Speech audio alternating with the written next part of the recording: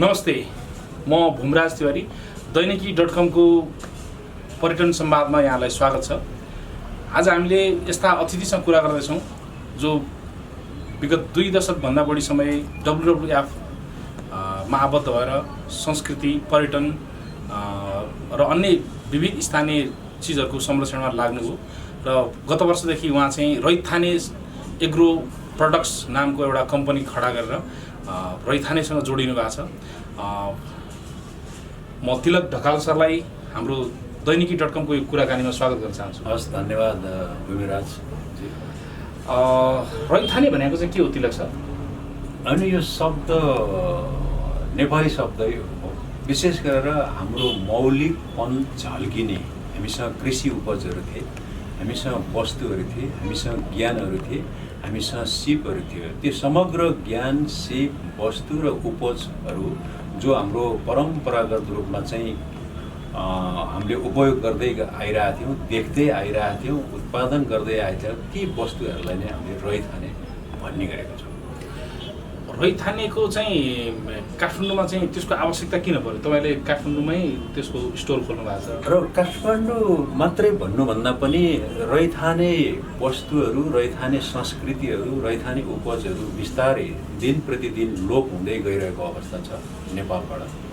हाम्रा डोका, हाम्रा डाला, हाम्रा नाङ्ला, हाम्रा कुटा, कोदाला, हँसिया लगायत कृषि उपजहरू नेपालबाट दिन प्रतिदिन चाहिँ लोप हुँदै जान थाल्यो भने कतिपय रैथाने वस्तुहरू हाम्रो संस्कृतिसँग जोडिएका वस्तुहरू थिए, हाम्रो मानव स्वास्थ्यसँग जोडिएका वस्तु थियो। ती समग्र चिजहरू लोप भयो भने हाम्रो मानव अस्तित्व पनि रहँदैन, हाम्रो संस्कृति पनि रहँदैन, हाम्रो पर्यावरण पनि रहँदैन, हाम्रो प्रकृति पनि रहँदैन। त्यसले गर्दाखेरि चाहिँ रैथाने जोगाउनुपर्छ। रैथाने जोग्यो भने मात्रै नेपालीपन जोगिन सक्छ। नेपालीपन जोग्यो भने मात्रै बल्ल हामी स्वाभिमान भन्न सक्छौँ। सानो उदाहरणको लागि चाहिँ माघे सङ्क्रान्ति अस्ति भर्खर हामीले सिद्ध्यायौँ। माघे सङ्क्रान्तिमा घिउको अनि चाकु, घिउ र तिलको लड्डु खाने चलन थियो। यदि तिल हामीसँग भएन भने माघे सङ्क्रान्तिको महत्त्व के हुन्छ होला? तरुल भएन भने माघे सङ्क्रान्तिको महत्त्व के हुन्छ होला? जनै पूर्णिमामा क्वाँटी खाने चलन छ, गेडागुडीको क्वाँटी खाने चलन छ। क्वाँटीहरू नेपालबाट लोप भयो भने हाम्रो जनै पूर्णिमाको महत्त्व के हुन्छ होला? यसरी चाहिँ हामीसँग भएका वस्तुहरू, हामीसँग भएको कृषि उपजहरू संस्कृतिसँग पनि जोडिएका थिए र प्रकृति र मानव स्वास्थ्यसँग पनि जोडिएका थिए र कतिपय चाडपर्व, रीतिथितिमा पनि हाम्रा चाहिँ वस्तुहरू जोडिएको सन्दर्भमा चाहिँ यी सबै नहुँदाको अवस्था, हाम्रो संस्कृति पनि विहीन हुने भयो, हाम्रो प्रकृति पनि विहीन हुने भयो र मानव स्वास्थ्य पनि नहुने भएको सन्दर्भमा चाहिँ यो समग्र नेपालमा हाम्रा वस्तुहरू जोगाउनुपर्छ, हाम्रा कृषि उपजहरू जोगाउनुपर्छ, हाम्रो सिपहरू जोगाउनुपर्छ, हाम्रो ज्ञानहरू पनि जोगाउनुपर्छ भन्ने एउटा चाहिँ यो अभियानको रूपमा चाहिँ हामीले काठमाडौँमा एउटा अहिले सुरुवात काठमाडौँबाट गरेका छौँ। नेपालभरि नै हरेक कुना कुनामा हाम्रा रैथाने वस्तुहरू जोगाउने अभियानमा चाहिँ हामीले सुरु गर्न खोजेको छौँ। हजुर करिब 2 दशक भन्दा बढी समय WWFमा पनि काम गर्नुभयो। अनि ठ्याक्कै त्यो आफ्नो त्यत्रो एउटा राम्रो सुख सुविधा सहितको राम्रो आकर्षक तलबको जागिरै छोडेर तपाईँ रैथानेमै किन आउनुभयो? मान्छेले यो एउटा बुझ्न खोजेका छन्। हजुर, बहुत राम्रो प्रश्न सोध्नुभयो र जिज्ञासा राख्नुभयो। खास गरी म करिब 2 दशक WWF नेपालमा काम गरेँ। त्यो काम गर्ने सन्दर्भमा चाहिँ देशका कुना काप्चामा डुल्ने मौका पाएँ, देख्ने मौका पाएँ। प्रकृति कस्तो रहेछ, प्रकृति कस्तो छ, जैव विविधता कस्तो छ, संस्कृति कस्तो छ भन्ने चिन्ने मौका पनि पाएँ। र त्यो चिन्ने र देख्ने मौका पाउँदाखेरि चाहिँ प्रकृतिहरू, हाम्रो प्रकृति, हाम्रो वनस्पति, हाम्रा वन्यजन्तुहरू, हाम्रा रैथाने वस्तुहरू दिन प्रतिदिन लोप हुँदै जाने देखिँदाखेरिको अवस्थामा चाहिँ अब यो जागिरभन्दा पनि महत्त्व चाहिँ के रहेछ भन्दाखेरि हाम्रो सम्पदाहरू रहेछन्, हाम्रो मूल्य मान्यताहरू रहेछन्, हाम्रा वस्तुहरू रहेछन्। यो ती वस्तुहरूलाई चाहिँ जोगाउन सक्यो भने समग्र रूपमा भन्नुपर्दाखेरि चाहिँ वन्यजन्तु जोगाउन सक्यो, वन जोगाउन सक्यो, पर्यावरण जोगाउन सक्यो र हाम्रा रैथाने वस्तुहरू जोगाउन सक्यो भने बल्ल हाम्रो सुन्दर नेपाल जुन प्रकृतिले भरिपूर्ण छ, प्रकृतिले दिएका वरदानहरूलाई पनि संरक्षण गर्न सकिन्छ भन्ने जुन सिकाइ मलाई चाहिँ WWFबाट काम गर्ने क्रममा देखेँ, त्यही कुरो अब व्यवहारमा पनि आफ्नो जीवनको व्यवहारमा पनि प्रयोग गर्नु पर्यो। जे सिक्यो, जे जान्यो, जे सिकाइयो समुदायलाई सिकायो भने अब आफूले पनि गरेर हेरौँ। प्रकृति जोगाउने रैथाने एग्री प्रोडक्ट्स नेपालको एउटा अभियान भनेको चाहिँ हाम्रो जैव विविधता जोगाउने अभियान पनि हो, कृषि जैव विविधता जोगाउने अभियान हो र मानव स्वास्थ्यलाई चुस्त दुरुस्त राख्ने अभियान पनि भएको कारणले गर्दाखेरि अब त्यो पाटोमा चाहिँ अब हामीले नेपालीले नै नेपालको जैव विविधता र नेपालका वस्तुहरू जोगाएन भने कसले जोगाइदेला? उदाहरणको लागि अब कोरिया भन्ने देशबाट नेपालमा हँसिया आउन थाल्यो। हँसिया भने त हाम्रै देशमा बन्थ्यो, हाम्रै सिप थियो, हामीसँगै वस्तु थियो। अब हाम्रा नाङ्लाहरू प्लास्टिकका आउन थाल्यो, जबकि हामीसँग बाँस छ र नाङ्लो बनाउने हामीसँग सिप पनि थियो। हाम्रो आमालाई कसैले पनि सिकाएनन्, हाम्रो बिउ राख्नलाई कसैले पनि सिकाउनु परेको थिएन। सप्रेको काँक्रो छानेर राख्नुहुन्थ्यो, असोज कार्तिकमा लगाएपछि त्यो सप्रेको काँक्रोलाई चाहिँ काटेर चट्ट भित्तामा बिउ राखिदिनुहुन्थ्यो अनि पाकेको त्यो काँक्रो चाहिँ खल्पी बनाएर खान्थ्यौँ। खल्पीको अचार कति स्वादिलो हुन्थ्यो भनेपछि खल्पी बनाउने सिप पनि हामीसँग थियो। त्यसपछि त्यो बिउ भित्तामा राखेर बिउ राख्ने चलन सिस्टम र हाम्रो चाहिँ ज्ञान पनि हामीसँग थियो भनेपछि त्यो लोप भयो भने, नाङ्लो बनाउने लोप भयो भने त जहिले पनि हामी परमुखी हुने भयो। परमुखी व्यक्ति परमुखी देश भयो भने त समृद्धि कहिले पनि हुन सक्दैन। त्यसले गर्दाखेरि रैथाने एग्री प्रोडक्ट्स नेपालबाट एउटा सानो प्रयासबाट बिउ जोगाउन सक्यो, हामीसँग भएका बिउहरू जोगाउन सक्यो, हामीसँग भएको सिपहरू जोगाउन सक्यो भने देशलाई पनि समृद्धिमा लान सकिन्छ भन्ने सोचले जागिरभन्दा महत्त्व चाहिँ देश हो, जागिरभन्दा महत्त्व समाज हो, जागिरभन्दा महत्त्व चाहिँ हाम्रो परम्परागत ज्ञान सिप र संस्कृति हो, त्यसलाई जोगाउनुपर्छ भन्ने लागेर चाहिँ यो अभियानको रूपमा चाहिँ अभियान चलाउन थाले। यो रैथानेमा उत्पादन तपाईँले विभिन्न जिल्लाबाट जम्मा गरेर ल्याउनुहुन्छ, काठमाडौँमा राख्नुहुन्छ, एउटा स्टोरबाट वितरण गर्नुहुन्छ। अब आम मान्छेले चाहिँ यो रैथानेको वस्तुहरू चाहिँ के आए अथवा मान्छेले कसरी सहज रूपमा उपयोग गर्न पाउँदा हो?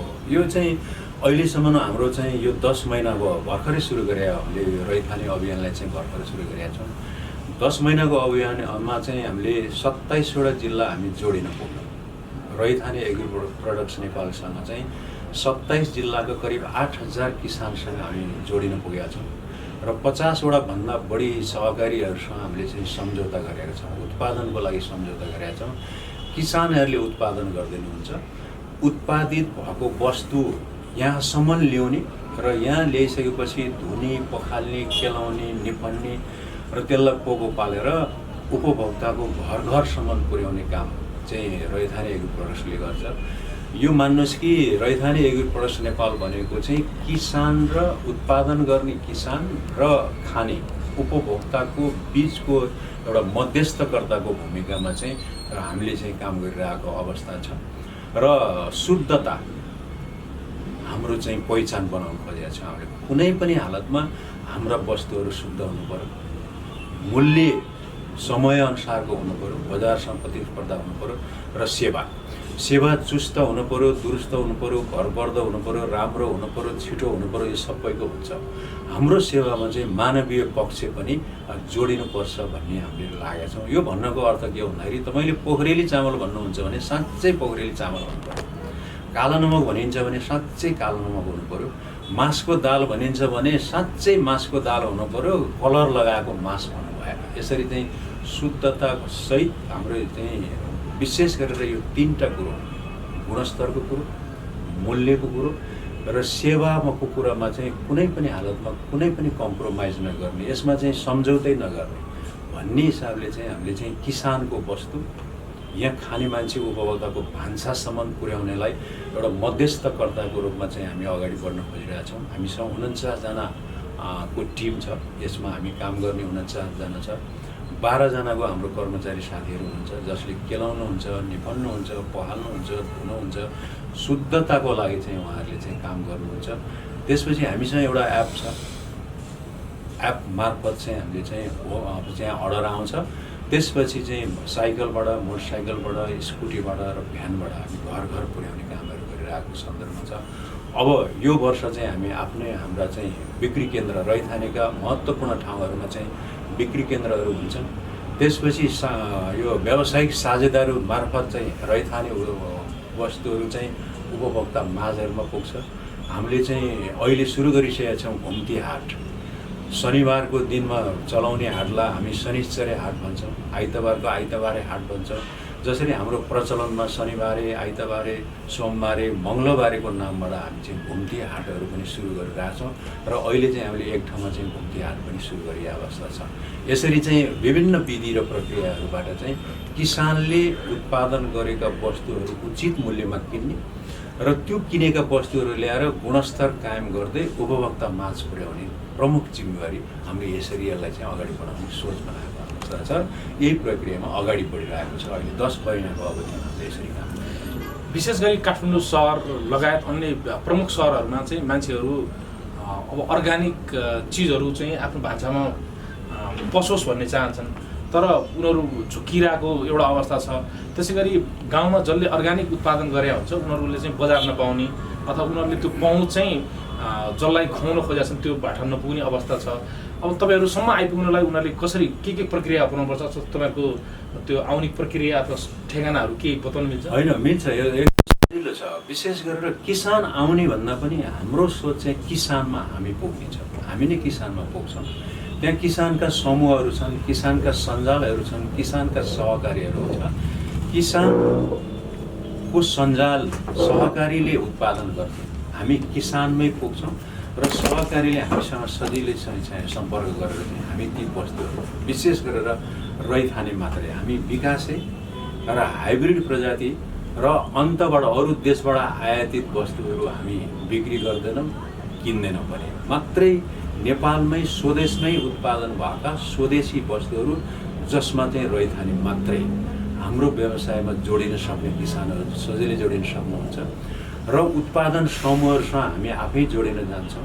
गुणस्तर एक हदसम्मको गुणस्तर कायम गर्नलाई हामीले प्राविधिक हिसाबले उत्पादनको लागि प्राविधिक हिसाबले गर्नुपर्ने सहयोग हामीले गर्छौँ र किसानमै पुगेर प्राविधिक कुराहरू हुनसक्छ, ज्ञानहरू हुनसक्छ, सिपहरू हुनसक्छ। त्यो रैथाने एग्री प्रोडक्ट्स नेपालबाट सहयोग हुन्छ भने किसानलाई उचित मूल्यमा यो कहाँबाट चाहिँ हामी प्रभावित भएको भन्दाखेरि म चितवन बस्ने क्रममा चितवनमा 10 रुपियाँमा बन्द बिक्री नभएर फाल्न पर्ने किसानको खेतबाट काठमाडौँमा बस्ने मान्छे अथवा सहरमा बस्ने मान्छेले कहिले पनि 50-60 रुपियाँभन्दा सस्तो खान नपाउने र चितवनबाट काठमाडौँको दूरी हेर्ने भने त 50 रुपियाँ 40 रुपियाँ त ढुवानी पर्दैन भनेपछि उता उत्पादन गर्ने किसानले पनि मूल्य पाएको छैन।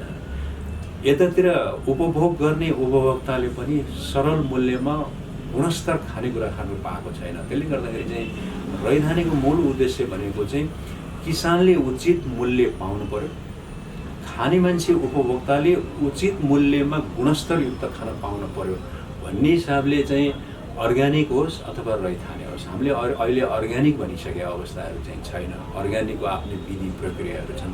त्यही भएर हामीले चाहिँ के चाहिँ भनेका छौँ, लोकल संस्कृति जोगाउने कुरो, लोकल कृषि उपज जोगाउने कुरो, लोकल हाम्रो चाहिँ रैथाने वस्तुहरू ढोका डाला नाङ्ला जस्ता वस्तुहरू जोगाउने कुरोको चाहिँ अभियानमा हामी गएको कारणले गर्दाखेरि काहीँ कतै किसानहरूले हामीसँग उत्पादन स्थानीय उत्पादनहरू छ भन्ने हामीले थाहा पायौँ भने अथवा हामीलाई सूचना आयो भने हामीसँग हाम्रो आफ्नै वेबसाइट छ, हामीसँग आफ्नै इमेल छ, हामीसँग आफ्नै चाहिँ एप पनि अहिले बनिरहेको अवस्थाहरू छ।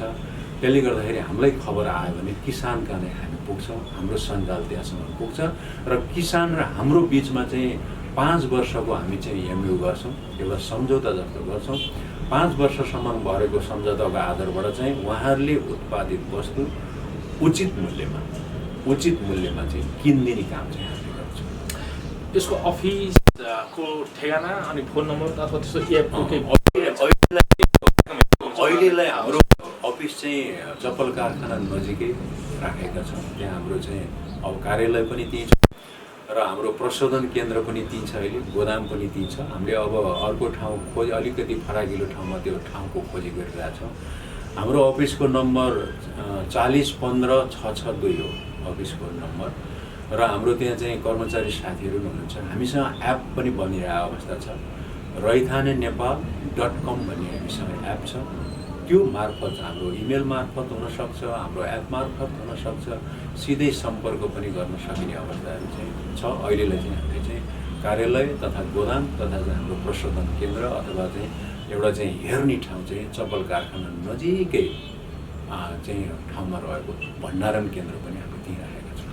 रैथानेको खानेकुराहरू चाहिँ अर्ग्यानिक हुँदैन भन्नुभयो कि मिठो हुन्छ कि अब मान्छेले होइन, मैले अर्ग्यानिक रैथाने भने अर्ग्यानिक नै हुँदैनन् भने अझै होइन कि सबै रैथानेहरू अर्ग्यानिक नहुन नै सक्छ।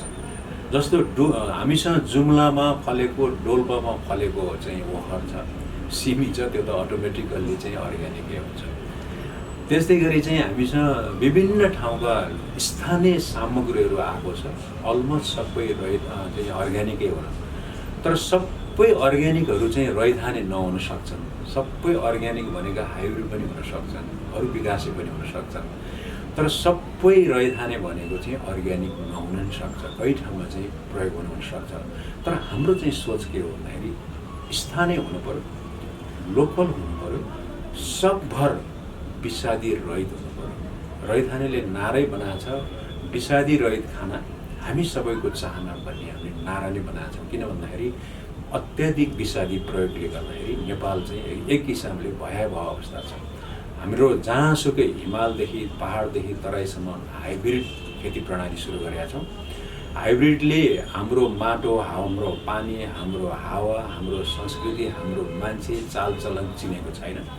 त्यसले नचिनेको कारणले गर्दाखेरि चाहिँ रोप्ने बेलादेखि लिएर भण्डारण गर्ने बेलासम्म चाहिँ रैथाने चाहिँ अब चाहिँ विषादीहरू प्रयोग गर्नाले र विषादीहरू पनि अत्याधिक हाम्रो किसान दाजुभाइ दिदीबहिनीहरूमा विषादी प्रयोग गर्ने न ज्ञान छ, न सिप छ, न तौर तरिका छ, जसले गर्दाखेरि कुन बेला हाल्नुपर्ने, कसरी हाल्नुपर्ने, कति हाल्नुपर्ने, किन हाल्नुपर्ने भन्नेको विधि र प्रक्रिया भन्दा पनि विषादी हाल्नुपर्छ भन्ने मात्रै भन्दा पर्दाखेरि गर्दाखेरि अत्याधिक विषादीको प्रयोगले गर्दाखेरि हाम्रो खानामा, हाम्रो बसाइमा त्यसले चाहिँ हाम्रो वातावरणलाई पनि ठुलो क्षति पुर्याइरहेको छ। जैविक विविधतालाई पनि ठुलो क्षति पुर्याइरहेको सन्दर्भमा चाहिँ रैथाने अभियान चलाउन सक्यो भने स्वत यो केही हदसम्म चाहिँ विषादी रहित हुन्छ, केही हदसम्म चाहिँ अर्ग्यानिक पनि हुन्छ। यो विषादी रहित र अर्ग्यानिक हुने बित्तिकै हाम्रो मानव स्वास्थ्यले चाहिँ यसले चाहिँ हित गर्छ भन्ने अभियानले हाम्रो शब्द नै रैथाने राखेको अर्थ।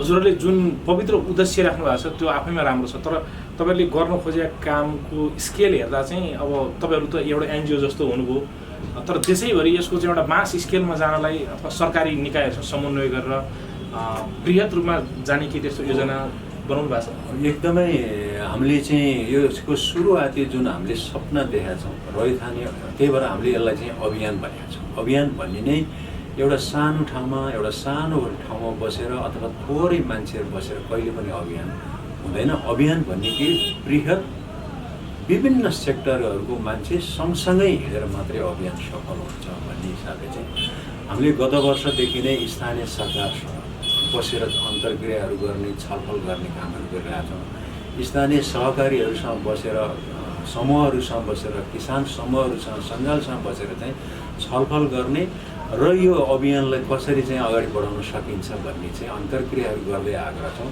र केही हामी गएको गाउँपालिकाहरू, नगरपालिकाहरूमा रैथाने प्रवर्धनको लागि चाहिँ स्थानीय सरकारले अनुदानको पनि व्यवस्था गरिरहेको छ। स्थानीय सरकारले उत्पादनलाई, किसानलाई अनुदानको व्यवस्था गरिदियो भने किन्ने ग्यारेन्टी बरु हामीले गरिदिन्छौँ। हामीले के सोचेका छैनौँ भन्दाखेरि एउटा जिल्लामा काम गर्ने, दुईवटा जिल्लामा काम गर्ने भन्दा पनि नेपालको समग्र ठाउँ 77 जिल्लाका 753 गाउँपालिकामा रैथाने अभियानलाई पुर्याउन सक्यो भने मात्रै हाम्रो मानव स्वास्थ्य र हाम्रो प्रकृति बाँच्न सक्छ। यो चाहिँ थोरै मान्छेले एक ठाउँमा बसेर मात्रै किन्ने र थोरै किन्ने र बेच्ने अभियान मात्रै होइन कि यो चाहिँ समग्र रैथाने अभियान। रैथाने चाहिँ एउटा चाहिँ संरक्षणको अभियान हो, रैथानेको प्रवर्धनको अभियान हो र रैथानेको बजारीकरणको अभियान भएको कारणले गर्दाखेरि समग्र कुना कुनामा पुग्ने हाम्रो पुर्याउने सोच छ। त्यही सोच मात्रै नेपाल होइन, अझ हामीले त नेपालका वस्तुहरू चिनाउनुको निम्ति बाहिरी देशमा पनि नेपाल चिनिने, जसरी नेपाल चाहिँ सगरमाथाको देश भनेर चिनिन्छ, बुद्ध जन्मेको देश भनेर चिनिन्छ, सामुदायिक वनहरूको देश भनेर चिनिन्छ। त्यसै गरी केही न केही उत्पादन चाहिँ विदेशमा पठाएर पनि नेपाललाई चिनाउने अभियानमा चाहिँ हामी जाने प्रयास भएको कारणले गर्दाखेरि त्यही भएर यसलाई चाहिँ हामीले रैथाने एग्रो प्रोडक्ट्स एउटा सानो कम्पनी हो, तर यसको सपना र यसले सोचेको विषय चाहिँ अलिकति बृहत हिसाबले चाहिँ सबै हाम्रो चाहिँ किसानहरू यसमा सहभागी हुनुपर्छ, सबै मान्छे यसमा सहभागी हुनुपर्छ। सरकार तिनै तहको सरकार, स्थानीय सरकार मात्र होइन, सङ्घीय सरकार, प्रदेश सरकार र हाम्रो चाहिँ यो चाहिँ स्थानीय सरकार एकातिर छ भने अर्कोतिर चाहिँ प्राइभेट सेक्टरहरू पनि सँगसँगै हिँड्नुपर्छ। यसमा सरकारले मात्रै गर्ने भन्ने कुरो नि होइन, प्राइभेट सेक्टर र सरकारहरू सँगसँगै हिँड्नु पर्यो, जसले गर्दाखेरि चाहिँ यो अभियानमा चाहिँ सफल बनाउनलाई चाहिँ मद्दत पुर्याउन सक्छ भन्ने सोच छ। तिलक सरको कुरा सुन्दै गर्दाखेरि अहिले पनि काठमाडौँ र विशेष गरी सहरका मान्छेहरू चाहिँ अब अर्ग्यानिक खानेकुरा खान अथवा रैथाने जुन गाउँ उत्पादन हुने खानेकुरा खानलाई चाहिँ मान्छेहरू त्यस्तो खानेकुरा कहाँ पाइन्छ भन्दाखेरि होटेलमा पाइँदैन, अन्त पाइँदैन। त्यसपछि आजभोलि पछिल्लो समय होमस्टेको विकास भएपछि यो होमस्टेमा जाउँ त गाउँमा बसे जस्तै अनुभव हुन्छ, त्यहीँ उत्पादन भएको खानेकुरा पाइन्छ भन्छ। भनेपछि होमस्टे र रैथाने संस्कृतिलाई जोडेर लान सक्यो भने त अझ यसको प्रवर्धन अलिक छिटो अथवा मान्छेले बुझ्ने अनुभूति गर्ने लेभलमा पनि पुग्ला नि, होइन? एकदम ठिक कुरा गर्नुभयो भीमराजजी। खास यो यसको चाहिँ म अलिकति होमस्टे अभियानमा, होमस्टे प्रवर्धन अभियान पनि धेरै जिल्लाहरू डुले, धेरै नेपालका धेरै होमस्टेमा बस्ने, त्यहाँ बस्ने, खाने र होमस्टेको बारेमा अलिकति छलफल गर्ने मैले मौका पनि पाएको छु। र होमस्टेमा जति पनि मान्छेहरू किन जान्छन् भनेर कसैले सोध्यो भने लोकल खानेकुराहरू पाइन्छ, मजाले खान पाइन्छ, लोकल संस्कृति हेर्न पाइन्छ भन्ने धेरैको धारणाहरू त्यो छ। भनेपछि सहर बजारमा पनि हेर्ने हो भने धेरै मान्छेको चाहना चाहिँ के छ भन्दाखेरि रैथाने खानाप्रति चाहिँ बिस्तारै आकर्षणहरू बढ्दै गएको छ। एक जमाना थियो ढिँडो खाने मान्छे गरिब भन्ने जमाना थियो, अब त्यो जमाना ठिक उल्टेको छ। ढिँडो खाने मान्छे गरिब होइन, ढिँडो अब स्वास्थ्यको लागि खानुपर्छ, अब च्याख्ला चाहिँ स्वास्थ्यको लागि खानुपर्छ भन्ने जमाना परिवर्तन, समय परिवर्तन भएको छ। परिस्थितिले के गरिदियो भन्दा परिस्थिति र समयले यस्तो बनाइदियो कि अब रैथाने खाना खाइएन भने हाम्रो मानव स्वास्थ्य खतम छ भन्ने बनाइदिएपछि चाहिँ अनि सँगसँगै यो एउटा सिक्काको दुईटा पाटो भन्छन्, होमस्टे अथवा ग्रामीण पर्यटन र यो रैथाने अभियान भने एउटै पाटोको चाहिँ दुईटा पाटो, एउटा सिक्काको दुईटा पाटो हो। जहाँ होमस्टे छ त्यहाँ रैथाने छ, जहाँ रैथाने छ त्यहाँ होमस्टे छ। रैथाने नभएको ठाउँमा होमस्टे भएको छैन भनेपछि हरेक ग्रामीण क्षेत्रमा रैथाने हुनसक्छ भने त्यही ग्रामीण क्षेत्रमा फलेका चिज सहरका मान्छेलाई किन नचखाउने भनेर हामीले मकवानपुरबाट गिठा ल्याएर चखायौँ, वहाँ कर्णाली अञ्चलबाट चिनो र कागुनो। अहिले हाम्रो रैथाने एग्रो प्रोडक्टमा सबभन्दा बढी बिक्री भनेको चिनो कागुनो के हो, जो चाहिँ कोदो प्रजातिको कोदो जस्तै एउटा चाहिँ अन्न हो। त्यसमा चाहिँ अत्याधिक मात्रामा चाहिँ फाइबर हुन्छ, त्यसले मोटोपन भन्दा पनि मान्छेलाई चाहिँ प्रोटिनयुक्त फाइबरहरूले गर्दाखेरि चाहिँ हाम्रो पेट सफा गर्नेदेखि लिएर स्वास्थ्यलाई स्वस्थवर्धक बनाउन मद्दत पुर्याउँछ। त्यसले गर्दाखेरि चाहिँ हामीले के गरिरहेको छौँ भन्दा गाउँको चिज, त्यही भएर नारै हामीले के बनाएको छौँ, गाउँको उत्पादन सहरमा, रैथाने खाना घर घरमा, सजिलो नारा बनाउँछ। हरेक गाउँको उत्पादन अब सहरमा आउनु पर्यो, होमस्टेमा मात्रै होइन सहरमा नै आउनु पर्यो। र अनि यो गाउँको उत्पादन चाहिँ अब घर घरमा पुग्नु, सहरमा आएर मात्रै भएन कि घर घरमा पुर्याउने अभियानले गर्दाखेरि चाहिँ हामीले यो फ्री होम डेलिभरी सेवा पनि किन गरिरह्यो भन्दाखेरि फ्री होम डेलिभरी सेवा पुर्याएर घर घरमा पुर्याउन सक्यो भने त्यसमा स्वाद छ, मिठोपन छ, स्वास्थ्यवर्धक छ, गुणस्तर छ, जसले गर्दाखेरि हाम्रो जिब्रोमा चाहिँ रैथाने एकचोटि चाहिँ रैथानेको स्वाद चाहिँ बसिसकेपछि सधैँभरि स्वाद मात्रै बस्दैन कि गुणस्तर पनि बस्छ र हाम्रो स्वास्थ्यलाई पनि राम्रो गर्न सक्छ भन्ने हिसाबले चाहिँ अगाडि बढिरहेको अवस्था छ। रैथानेबाट जति पनि तपाईँहरूको उत्पादन छ त्यो चाहिँ बजार मूल्यभन्दा अलिक बढी छ कि अथवा कस्तो छ, र अनि रैथानेमा ठ्याक्कै पाउने सामानहरू चाहिँ के हो अलिकति? अब मूल्यको हाइब्रिड र अन्य विकासी र विदेशबाट आएको चिजभन्दा हाम्रो स्थानीय स्तरमा फलेका लोकलहरू लागत मूल्य अलिकति बढी भएकोले अन्यको तुलनामा अलिकति प्रतिस्पर्धी मूल्यहरू छ। थोरै चाहिँ हाम्रो लोकलै चिजमा चाहिँ हामी उस्तैमा छौँ, तर सामान्य चिजभन्दा चाहिँ मूल्य अलिकति छ। तर हामीले चाहिँ के भनिरहेको छौँ, तिनवटा कुरोमा हाम्रो कम्प्रोमाइज छैन। एउटा गुणस्तर, अर्को मूल्य, अर्को हाम्रो सेवा। यो तिनवटा कुरो हाम्रो मूल मन्त्र छ। त्यसपछि हामीसँग हिमालदेखि लिएर अहिले मैले भने 27 जिल्लाका 8000 किसानबाट करिब 200 हामीसँग डाला छ, हामीसँग नाङ्लो। यो चाल्नु भन्ने शब्द अहिलेको जेनेरेसनलाई, अहिलेको पुस्तालाई धेरैलाई चाल्नु भन्ने देखिसकेको अवस्था छैन। हामीसँग चाल्नुहरू छ।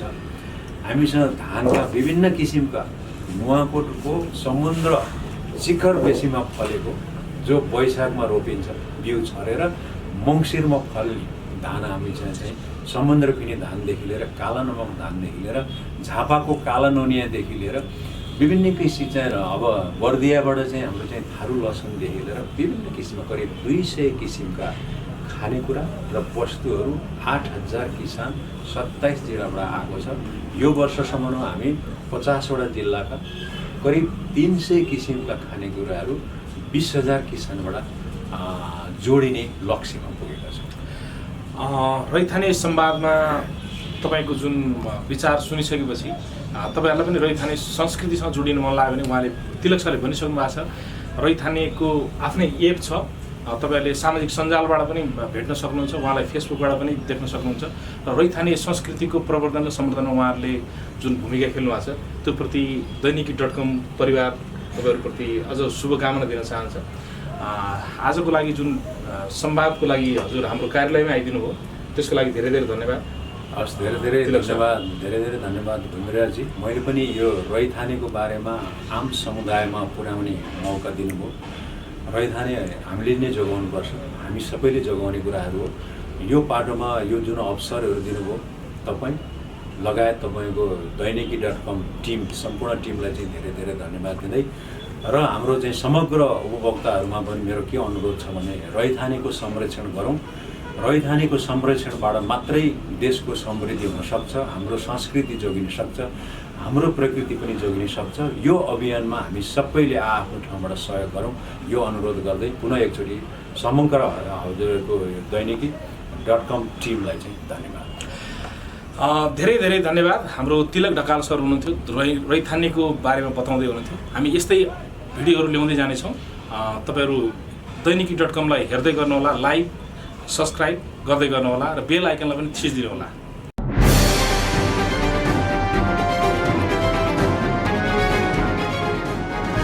तपाईँको सूचनाको साथी दैनिकी.com।